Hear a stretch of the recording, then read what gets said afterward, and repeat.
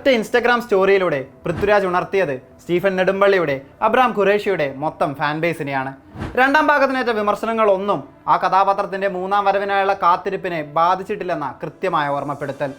George കുട്ടി കളം നിറഞ്ഞു നിൽക്കവേ സോഷ്യൽ മീഡിയ മൊത്തം സ്റ്റീഫൻ തൂക്കിയ കാഴ്ച.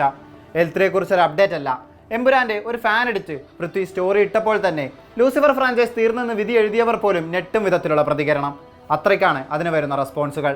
ഇനിയിപ്പോൾ എത്ര തന്നെ നെഗറ്റീവ് ആണെങ്കിലും സിനിമ അനൗൺസ് ചെയ്താൽ തീരാവുന്നതേ ഉള്ളൂ അതൊക്കെയെന്ന് വിമർശകർക്ക് പോലും അറിയാം. അസ്രായേൽ എമ്പുരാനോളമോ ഒരുപക്ഷെ അതിനേക്കാൾ ഏറെ ഓപ്പണിംഗ് ഡേ കണക്ഷൻ ഇടുമെന്നതിൽ ആർക്കും സംശയമുണ്ടാവില്ല.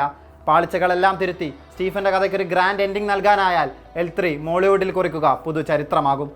കൊട്ടിഘോഷിച്ച് 100 കോടിക്ക് മുകളിൽ ബജറ്റിൽ ലൂസിഫറിന്റെ സീക്വൽ എത്തിയപ്പോൾ ആദ്യ ദിവസം തന്നെ പടത്തിന്റെ ഹൈപ്പ് കുറയും വിധമുള്ള പ്രതികരണം വന്നു തുടങ്ങി. 260 കോടിക്കും മുകളിൽ നേടി റെക്കോർഡിട്ടപ്പോഴും ആ കഥാപാത്രത്തോട് നീതി പുലർത്താതെ പോയി തിരക്കഥയെന്ന വിമർശനം പ്രത്യക്ഷമായി.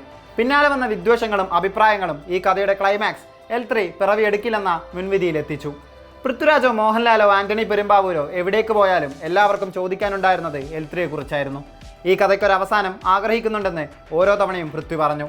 വിമർശനങ്ങൾ കാരണം ഒരു സിനിമ ചെയ്യണോ വേണ്ടയോ എന്ന് വെക്കില്ല. ഒരുപാട് പേർക്ക് എമ്പുരാൻ ഇഷ്ടപ്പെട്ടില്ല എങ്കിൽ പോലും അതിനൊരു മൂന്നാം ഭാഗം വേണമെന്ന് ആഗ്രഹിക്കുന്ന വലിയൊരു വിഭാഗം ആളുകളുണ്ട്. ലാലേട്ടൻ്റെയും തൻ്റെയും എല്ലാം സമയമാണ് പ്രശ്നമെന്ന് പൃഥ്വിരാജ് കുറച്ച് നാളുകൾക്ക് മുൻപ് പറഞ്ഞിരുന്നു. ദൃശ്യം 3 റിലീസിന് മുന്നോടിയായി ആരാധകരോട് സംസാരിക്കവേ എൽ3 എന്തായാലും സംഭവിക്കുമെന്ന് നിർമ്മാതാവും ഉറപ്പിച്ചതാണ്. ആന്റണി പെരുമ്പാവൂരിൻ്റെ ആ വാക്കുകളും ആരാധകർ ഏറ്റെടുത്തു കഴിഞ്ഞിരുന്നു.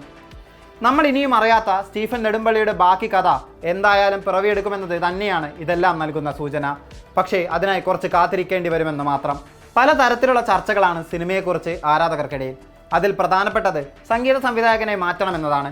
ആദ്യ ഭാഗത്തിൽ കടവിളെ പോലെയും രണ്ടാം ഭാഗത്തിൽ ചേകവരം പോലുള്ള ഗംഭീര സോങ്ങുകൾ തന്നെങ്കിലും BGM ആണ് ഏവരും പറയുന്ന കുറവ്. L2-വിൽ ഏറ്റവും പാളിച്ച സംഭവിച്ച വിഭാഗം സംഗീതമാണെന്നും മാസ് BGM തരുന്ന സംവിധായകനെ കൊണ്ടുവരണമെന്നുമാണ് പലരുടെയും അഭിപ്രായം.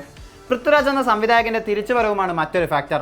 ആ കംബാക്കിനായി കാത്തിരിക്കുന്നവരും മറ്റൊരു വിഭാഗമാണ്. എമ്പുരാന് ശേഷം എത്തിയ എല്ലാ മോഹൻലാൽ സിനിമകളും ഹിറ്റായിരുന്നു. ആ സ്റ്റാർഡം ദിനം പ്രതി കൂടുകയാണ്. പ്രോപ്പർ പ്ലാനിങ്ങോടെ എമ്പുരാന്റെ അതേ ഹൈപ്പിൽ അസ്രായേൽ വന്നാൽ ഒരുപക്ഷെ ആദ്യ ദിവസം തന്നെ 100 കോടി നേടുന്ന ആദ്യ മലയാള ചിത്രമാകാനും അതിന് സാധിച്ചേക്കും. ദൃശ്യം എന്ന ഫ്രാഞ്ചൈസിന്റെ മൂന്നാം ഭാഗം ആദ്യ ദിവസം 50 കോടി നേടിയെങ്കിൽ അതിനേക്കാൾ മാസ് അപ്പീലുള്ള ക്യാരക്ടറിന്റെ ചിത്രത്തിന് 100 കോടി പുൾ ഓഫ് ചെയ്യുക അത്ര പാടുള്ള കാര്യമായിരിക്കില്ല. പല കാര്യങ്ങളും പറയാൻ ബാക്കി വെച്ചാണ് എമ്പുരാൻ അവസാനിച്ചത്. ഗോഡ് ആക്സിസ് എന്നറിയപ്പെടുന്ന ആഫ്രോ ചൈനീസ് സഖ്യമായ ഷൻ ട്രയാഡ്, റിക്യൂണിന്റെ കഥാപാത്രം, നാട്ടിൽ നിന്ന് മാറി നിന്ന സ്റ്റീഫന്റെ ഭൂതകാലം, ഖുറേഷി അബ്രാമിന്റെ വളർച്ച, അങ്ങനെ കൺക്ലൂഷൻ ആവശ്യമായ കഥകൾ പലതാണ്. എല്ലാത്തിനും പ്രോപ്പർ എൻഡിങ് നൽകി രണ്ടാം ഭാഗത്തിന്റെ ക്ഷീണം തീർത്ത് അസ്രായേൽ പുതു റെക്കോർഡുകൾ തീർക്കട്ടെ. മോളിവുഡ് ഇനിയും കാണാത്ത കോടി ക്ലബ്ബുകളിലേക്ക് ആ സിനിമയ്ക്ക് നീങ്ങാനാവട്ടെ.